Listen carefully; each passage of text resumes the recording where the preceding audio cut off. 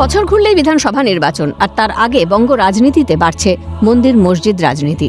নন্দীগ্রামে রাম মন্দির তৈরির ঘোষণা করেছেন বিরোধী দলনেতা শুভেন্দু অধিকারী। হয়েছে শিলান্যাসও। আর এদিকে তৃণমূলের সাসপেন্ডেড বিধায়ক হুমায়ুন কবির বেলডাঙ্গায় বাবরি মসজিদের শিলান্যাস করেছেন। ওয়াকিবহাল মহল মনে করছে মেরুকরণ বাড়ছে রাজ্যে। প্রশ্ন উঠছে, বিধানসভা নির্বাচনের আগে রাজ্যে মেরুকরণের আবহ কি আরও স্পষ্ট হতে চলেছে? প্রশ্ন উঠছে, এই জায়গা থেকে বঙ্গ রাজনীতিতে ঢুকে পড়তে পারে আসাদুদ্দিন ওয়াইসির এআইএমআইএম বা মিম। বস্তুত ২১-এর নির্বাচনের আগে আইএসএফের হাত ধরে বঙ্গ রাজনীতিতে মিমের পা রাখার জল্পনা তৈরি হয়েছিল। শেষ পর্যন্ত বঙ্গ রাজনীতিতে পা রাখলেও দাগ কাটতে পারেনি আসাদুদ্দিন ওয়াইসির দল। কিন্তু সাম্প্রতিকের বিহার নির্বাচনে বাংলা লাগোয়া একাধিক কেন্দ্রে মিমের জয় যে উদ্বেগ বাড়াচ্ছে, তা আর নতুন করে বলার অপেক্ষা রাখে না। যেমন বলার অপেক্ষা রাখে না মতুয়া অঙ্ক।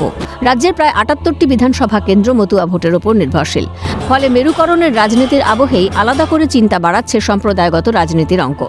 রাজনীতির দৈনন্দিন অঙ্কের বাইরে বেরিয়ে জাত সম্প্রদায় মাথা ব্যথার অন্যতম কারণ হয়ে উঠছে। আর এখান থেকেই রাজনৈতিক দলগুলোর কপালে চিন্তার ভাঁজ বাড়াচ্ছে।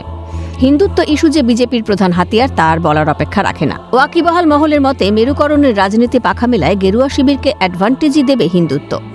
আবার বিজেপি শিবির ব্যবহার করতে পারবে প্রধানমন্ত্রী নরেন্দ্র মোদী এবং তাঁর স্লোগান সবকা সাথ সবকা বিকাশ। ফলে হিন্দুত্ব হাতিয়ার হলেও বিজেপি যে সমস্ত সম্প্রদায়ের তাও বোঝানো সম্ভব হবে। আর অন্যদিকে তৃণমূলের হাতিয়ার সর্বধর্ম সমন্বয়, পরধর্ম সহিষ্ণুতা, ধর্মীয় বন্ধনের বাইরে বেরিয়ে উদার রাজনীতি। তার সঙ্গে গত ১৪ বছরের শাসনকালের উন্নয়ন এবং মমতা বন্দ্যোপাধ্যায়ের মুখ। ওয়াকিবহাল মহলের মতে আর এখান থেকেই নির্বাচনের যাবতীয় এক্স ফ্যাক্টর পরিণত হচ্ছে এম ফ্যাক্টরে।